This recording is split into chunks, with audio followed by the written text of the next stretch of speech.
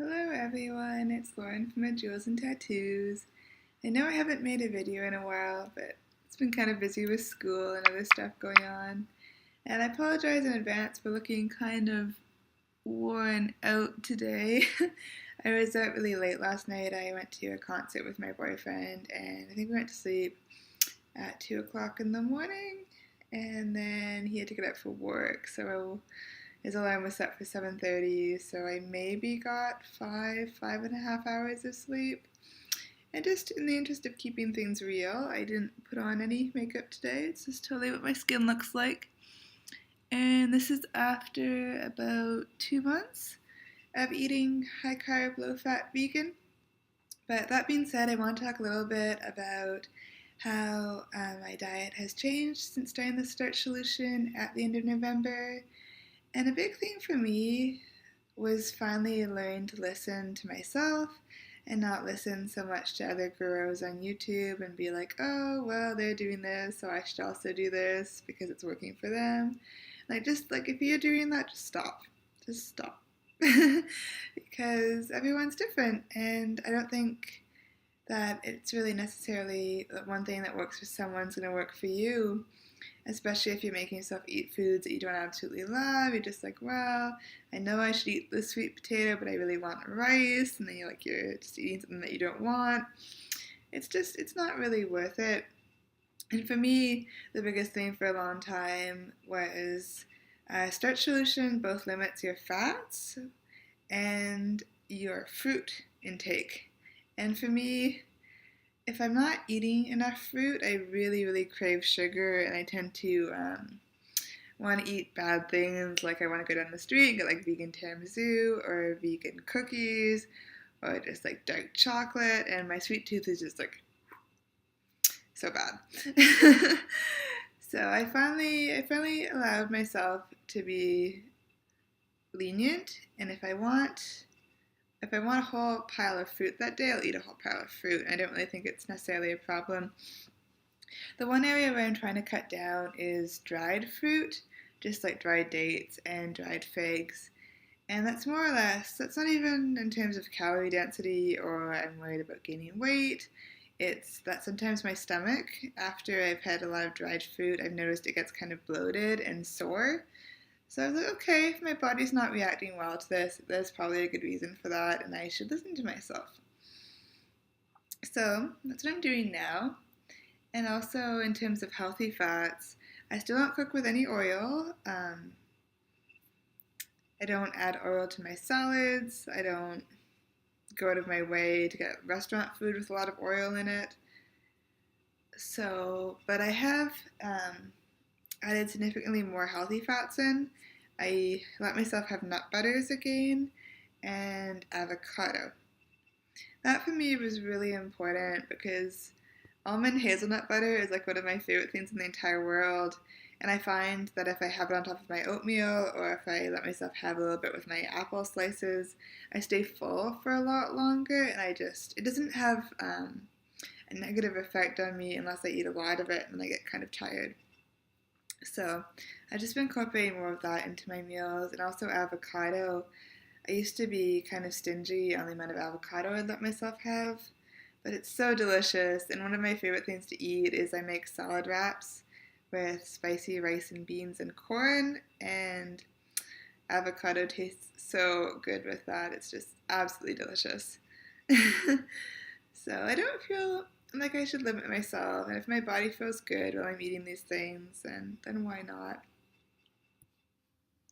That being said, though, I should clarify that I definitely do advocate for trying diets like the Starch Solution, or Rata 4, or 80-10-10 in their original format before you try to modify them. Sorry, modificate is not a word. Yeah, just because it's good to just do the basics for a while and to see how you feel while you're doing that, and give it a few weeks and then see if there's any changes that you would like to make, and then see how those changes make you feel. Because for me, I was definitely, and I was being really strict about the starch solution, I was definitely craving more fruit and more fats. And so you kind of have to listen to yourself too, as your body is smart. As long as my body isn't like craving junk food, I think I can listen to it.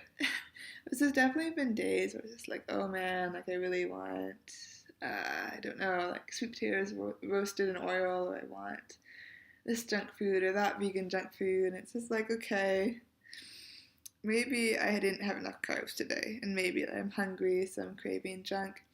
But it's amazing how easy it is to resist junk food when you feed yourself properly. Like it's amazing the difference that it makes. And I used to watch videos from other people on YouTube who are following the high carb, low fat vegan diets, like whichever one, doesn't matter which one. And they were just, I just thought it was propaganda saying like I don't have cravings, I don't have cravings, I don't want any of this stuff. I was like, they have to be full of it. Like there's no way.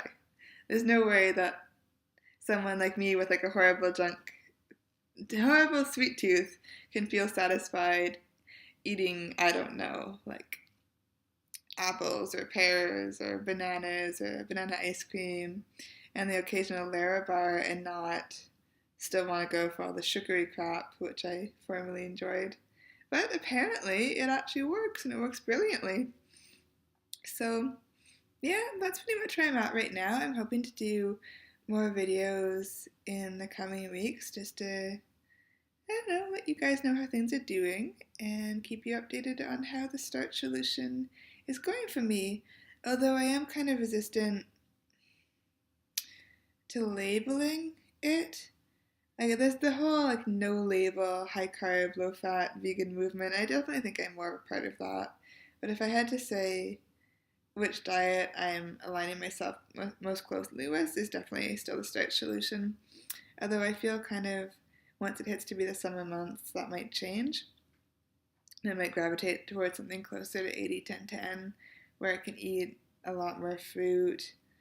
The thing is, right now, though, I live in Montreal, and the fruit quality is kind of poor, and I'm having to pay a lot for even if I want like decent apples, decent pears, anything like medjool dates.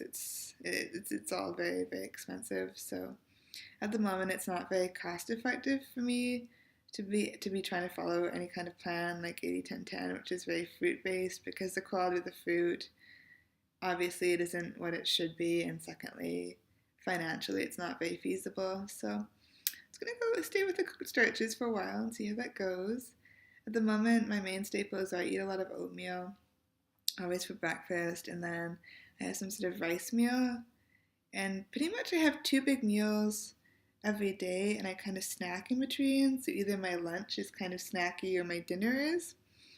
And that's working really well for me. Is when I first started, I was doing 3 big meals, and it was too much. I was feeling kind of lethargic and overly stuffed. So I find if I do it this way, I'm still getting all the calories I need to be getting, but my energy levels are better, and like my digestion is better, and I'm less bloated. So yeah, I think hopefully I will see you guys again later this week. I need to go grocery shopping at some point, so I'll probably do a grocery haul video. And yeah, just keep you updated on how stuff is going. So I hope everyone has a lovely rest of your weekend, and I will see you soon.